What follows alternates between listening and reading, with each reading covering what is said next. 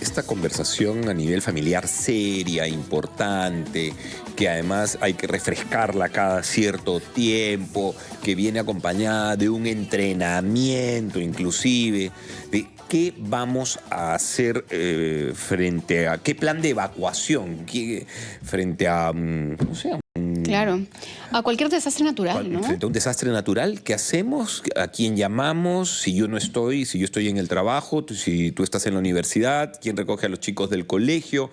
La señora que se encarga de la casa, ¿qué tiene que hacer? Si es de día, si es de noche, las mascotas, la abuelita. ¿Hay un plan? ¿Tienen un plan? ¿Lo han entrenado?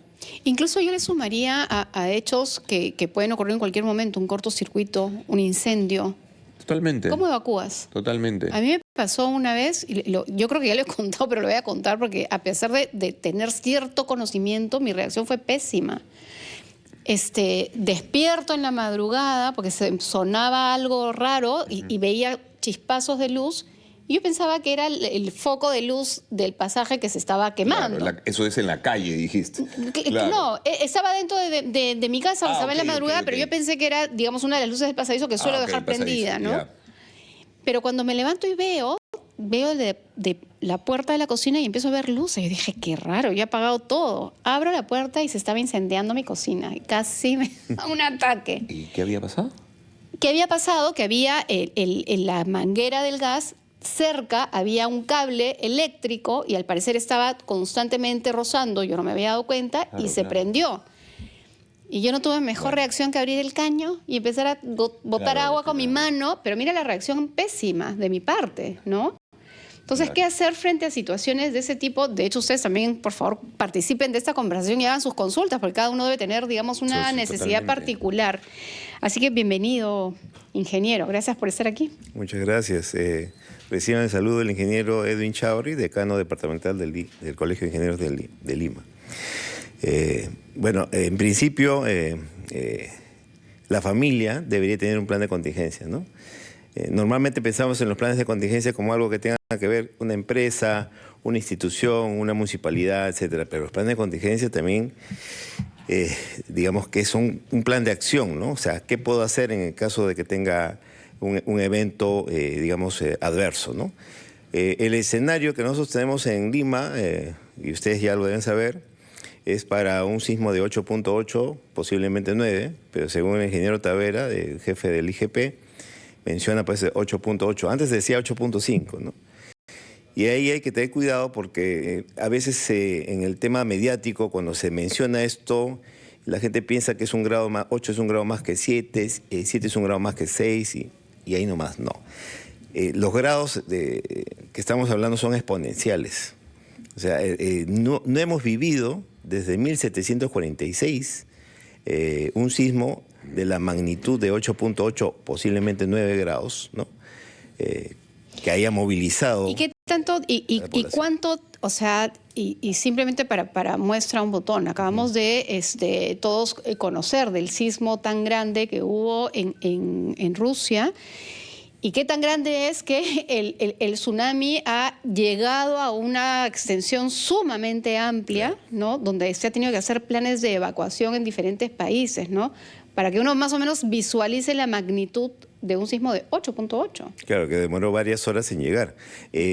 Más o menos estamos hablando de un tren de olas con una velocidad promedio de un vuelo comercial, ¿no? Estamos hablando de 800 o 900 kilómetros por hora. Wow. No es poco. Y hay que entender, por ejemplo, cuando esa ola llega, y hemos visto con bastante estupor, yo particularmente, personas que han ido con su familia para ver cómo puede llegar pues, el tsunami, ¿no? Entonces, eso no se puede hacer, no se debería hacer. Entonces, ¿por qué? Porque ese tren de olas que estamos hablando de 800 kilómetros por hora, cuando llega a la costa, la última ola que ya choca, que si bien es cierto, puede llegar, no puede llegar ni siquiera a 1 metro de altura, esa velocidad con la que llega, y hay pruebas, ¿no? Te barre. Claro. Entonces la capacidad de arrastre que tiene esa ola es potente. No necesito tener una ola como vemos en las películas, de 20, 30 metros de altura. Solamente, y estar solamente con esa distancia, llega, rompe la ola y solamente pasa medio metro 1 metro, esa agua pasa con una velocidad tal que sencillamente barre con todo lo que esté a su Ante paso. un desastre de esa naturaleza, y que es esperable, digamos, ¿no? O sea, esta es la parte incómoda. No estamos preparados y nos estamos engañando porque, a ver, no nos hagamos los tontos. La Costa Verde es un peligro. Punto. La costanera es un peligro. Eso va a ser fatal. Pero claro, siguen dando licencias de construcción. Es decir, es de un nivel de irresponsabilidad enciclopédico. Entonces, ¿por qué nadie entra a tallar? ¿Qué habría que hacer allí? ¿Qué se necesita hacer? Sí, bueno, tiene que ser más firme, tiene que haber una posición ya de Estado. Cuando digo Estado, yo no estoy hablando solamente de gobiernos locales, que tomen acción sobre el respecto, ¿no? Ustedes tienen mapeados que en el caso podría particular ser. de la Costa Verde, que hemos hecho una inspección también justamente a los días después y antes inclusive, antes del sismo que tuvimos justamente el Día del Padre, definitivamente hubieron desprendimientos, ¿no? Las mallas que están ahí, que le llaman geomallas, No, eso no sencillamente sirve para solamente nada. No, eso no sirve para para pequeñas rocas que se van a Y además, desprender, ni ¿no? mantenimiento tiene, es una Claro. porquería. Sí. Ya está. Ahora, si yo, por ejemplo, estoy trasladándome al pie del acantilado y ocurre un sismo, ¿qué hago? No, yo tengo que... Ahí fui, y ya no Sí. tengo mucho que Ahí hacer. rezas nomás. Rezamos nada Sí, claro, sí, ya está. Claro, pero son ese tipo de situaciones que nos encantaría exhibirlas para poder saber qué hacer, ¿no? Incluso si estoy sobre el acantilado, ¿no? Que hay también bastante movimiento. ¿Qué debe hacer la persona que está ahí? Si me permiten una pequeña pedagogía, Sí, claro. Por favor. la gestión de riesgos, lo que ahora es defensa civil y en otros países se llama protección civil, la gestión de riesgos ha avanzado, ¿no? Si bien cierto antes se concentraba en la atención de las emergencias, en responder, rehabilitar, ¿no? Recuperar, ¿no? Pero ahora la gestión de riesgos ya unos buenos años atrás, inclusive antes del 2011, que se aprueba la nueva ley, la 29644, la ley SINAGER. Antes teníamos la ley del Sistema Nacional de Defensa Civil, ¿no? SINADECI, que nació después del sismo del 70, ¿no? Un año después. Se creó una institución que era INDECI, ¿no? Que desde aquí la saludo. Entonces, ha ido cambiando. Y esta gestión de riesgos, ¿qué me habla? No solamente me habla la atención de emergencias, ¿no? La respuesta, que ahí lo contempla como el componente reactivo. Me habla también del componente prospectivo y correctivo. ¿Qué es el prospectivo? La planificación del desarrollo, evitando generar nuevos riesgos. ¿Qué es el correctivo? Donde el riesgo sea mitigable, invertir para mitigar. Y ahí justamente lo que están hablando de la Costa Verde. Tengo que invertir. ¿En qué consiste esa inversión? ¿Qué habría que hacer? Por ejemplo, estabilizar los taludes, ¿no? El talud, que es grande, ¿no?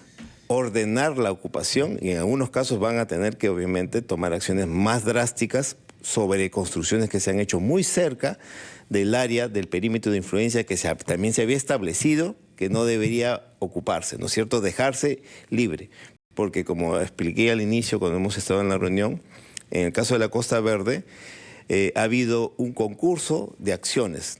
No era lo que ustedes ven ahora. Si ustedes ven imágenes de 1940, Totalmente, sí. ahí se ha seccionado parte de la Costa Verde y también se ha arrojado material de relleno, ¿no? Para obviamente lograr los terrenos que tienen arriba. Y no estaba tan avanzada el casco urbano como ahora está, claro, prácticamente pegado al pie del acantilado. Entonces, esos temas... ¿Y eso se tiene conversado? O sea, con las autoridades, con el gobierno, no sé, con quien corresponda, porque esa vía se bloquea y fuimos. Claro, porque en todo caso, si es que esto se sabe, ¿por qué no hay avisos de advertencia para la gente? Claro, lo que pasa es que, como les menciono, como todavía no tenemos un evento fuerte, claro, como todavía no nos tenemos avisos, tanto, como el Día del Padre con 6.10, definitivamente lo dejamos ahí, ¿no? Entonces, no hay una cultura, y deberíamos tener y desarrollar esa cultura de la prevención. Sí, hay una respuesta un poco más cruel, más fría. Nada, como todo el mundo mete la mano, como todos roban, como todos les importa un rábano, esa es la verdad de la milanesa. Porque ahí hay autoridades dando permisos para construcciones, esa es la verdad. Entonces se hacen los idiotas, se hacen los tontos. Ese no lo puede decir el señor, obviamente, no lo va a decir así. Pero esa es la verdad de la milanesa fría, cruda y pura. Esa es la verdad, Sara. O sea, eso de las geomallas es un chiste. es una burla, o sea, con eso no sirve. Con todo cariño, no sirve. Lo serio es lo que nos está explicando. Claro. Claro, ahí hay que desembolsar, pues, ¿cuánto billete cuesta hacer algo serio en la Costa Verde? Definitivamente puede superar los 3.000 millones. 3.000, Wow. claro, eso es algo serio. ¿Ven? Entonces, no, vamos a hacer como que para la foto, el engaña muchachos, la geomallas, pues no olvides, esas son las mallas con las que Claro. Así los es. arcos del colegio de mis hijos. Mamarracho, una pena. Bueno, vamos a continuar con la conversación y con sus opiniones. Escríbanos al chat en vivo. ¿Cómo sería un buen trabajo de reforzamiento en la Costa Verde? Ana Almanza hace esa pregunta. Sí, bueno, primero que nada, bueno, yo soy ingeniero geógrafo. Hemos estado la vez pasada también con el ingeniero Estrada, que fue también ministro de Vivienda, es ingeniero civil. El tema es la protección y la estabilización del talud, ¿no? Ese talud es bastante amplio, alto. Entonces hay que generar una infraestructura que por ingeniería me contenga ese talud, ¿no es cierto? Son muros de contención, ¿no? O terrazas, o digamos que por ingeniería me logre estabilizar ese talud. Ante un sismo, obviamente, de gran magnitud, ¿no? Y también, ¿por qué no?, ante un tsunami, porque el tsunami, como he mencionado, Claro. por ese tren de olas que va a llegar a esa velocidad, va a golpear y va a socavar, ¿no es cierto? Entonces, paralelamente pueden haber otras obras, ¿no?, de defensa, ¿no?, en la zona litoral costera, ¿no?, no necesariamente para el lado del talud. Eso se podría estudiar desde el punto de vista de un posible tsunami, ¿no? Claro, con lo que nos está diciendo pareciera, o al menos es lo que tal vez podría interpretar, es que la gente que suele circular por esa zona frente a un desastre natural no tiene mucho que hacer. Sí, lo que pasa es que solamente si nos preparamos para el escenario de un tsunami, tendríamos que mejorar la cantidad de puentes que hay ahí para evacuar a la gente. Imaginémonos un verano, ¿no?, con toda la población ahí partiendo, definitivamente evacuar esa cantidad de gente, asumiendo que viniera un tsunami, en la lógica que el epicentro sea cerca a las costas de Perú. Entonces ahí no tenemos pues las horas que hemos tenido con el sismo que hemos tenido en la península de Kamchatka, en Rusia. Claro, menos. vayamos un poquito a algunos ejemplos prácticos, ¿no? Así chiquito le pongo escenarios a ver qué recomendación puede dar a la gente que nos está escuchando y que está probablemente en riesgo, ¿no? Acabamos de escuchar el tema de los vientos, probablemente se va a repetir sábado o domingo, tal vez con menor intensidad. Pero ya aquí, digamos, en la capital, que se supone deberíamos estar mejor protegidos, con mejor infraestructura. Hay mucha gente que tiene techos de calamina, mucha gente que vive en los cerros. ¿Qué deben hacer para protegerse? De los vientos, por ejemplo. En el caso de los vientos Que es es lo más algo próximo complejo ahorita, ¿no? porque en el caso de las calaminas, definitivamente si no están bien clavadas Claro, o ancladas al techo, se las va a llevar. Y reforzarlas. si es que hay viviendas que ya no tienen material noble, pues en madera también va a ser complejo, ¿no? Pero reforzarlas podría... Reforzarlas sí tendría que hacerse, ¿no? El reforzamiento o anclar bien las calaminas, ¿no? Ya Si sea- vivo en el cerro, el viento va a levantar todo eso. Sí, ¿Qué no debería solamente hacer? el viento, o sea, vamos a tener material particulado que va a llegar a las viviendas. Entonces tiene que protegerse de la población. También sugiero el uso de mascarillas, ¿no?, para evitar, obviamente, inhalar, porque recordemos que en el caso de la contaminación que se genera, en verdad es contaminación, claro, por un evento natural, pero es contaminación al fin y al cabo, puede elevar material particulado, ¿no? Y recordemos que las 10 micras se quedan en los vellos nasales, pero las 2,5 micras o menores llegan al alvéolo pulmonar. Entonces yo tengo que evitar que eso llegue porque me va a generar eventualmente asfixia. Entonces, eso principalmente para la población, ¿no?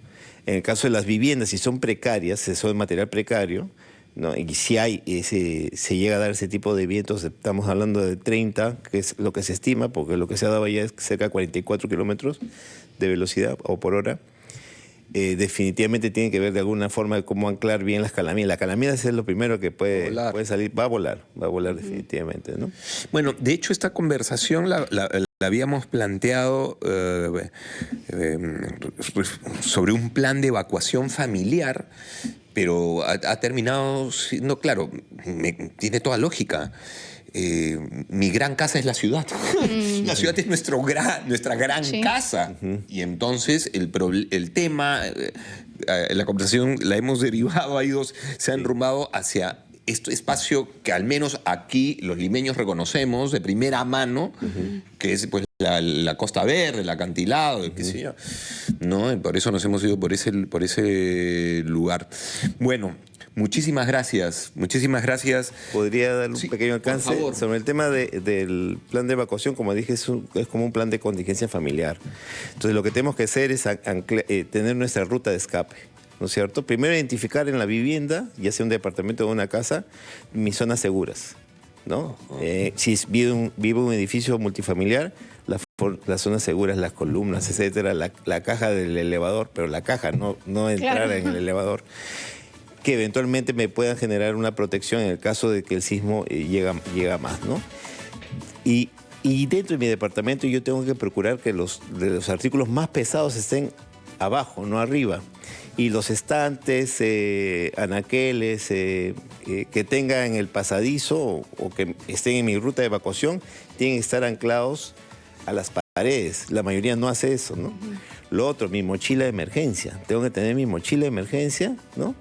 Parece mentira, pero es importante. Por lo menos la mochila me va a durar 2 días, pero también puedo tener y debería tener mi caja de reserva. Yo les puedo hacer una pregunta. ¿Ustedes tienen un botiquín de primeros auxilios en sus casas? El botiquín sí, pero la caja de reserva, yo en lo particular, Ya. no la Yo tengo. tengo cajas de agua. Porque después de un No, evento de gran superimportante. magnitud, Sí. después de un evento de gran magnitud, claro, agua es Agua. importante, es parte de eso. Agua. Después de un evento de gran magnitud no va a haber atención. La primera respuesta de los primeros respondedores van a ser ustedes, ¿no? Y sus vecinos, ¿no? Capacitados también, eso es importante. Las municipalidades vienen también capacitando a los brigadistas comunitarios, ¿no? Voluntarios, la mayoría de ellos, para ayudarse. Porque esa sinergia sí es importante en ese momento. Y lo que nos va a ayudar también es los sistemas de alerta temprana como el SASPE, ¿no? Que están mejorando también, dicho sea de paso, porque hubo un pequeño problema en el sismo que tuvimos en el Día del Padre. Pero eso nos da unos segundos muy valiosos para poder evacuar por lo menos de un tercer piso afuera, ¿no? Pero si ya estamos hablando de un sexto, quinto, 10º piso, es complicado. Entonces tengo que hacer frente y después de ese evento, antes de la siguiente réplica, yo ya tengo que evacuar. Muchísimas gracias. Muchas gracias al ingeniero Gustavo Mayor Bolívar, ingeniero geógrafo, miembro de la Comisión de Gestión de Riesgos y Desastres del Colegio de Ingenieros del Perú. 11 de la mañana con 18 minutos. En el siguiente bloque conversaremos con la economista Claudia Sicoli sobre la ley Infocorp. ¿Qué beneficios trae y qué hacer para no estar en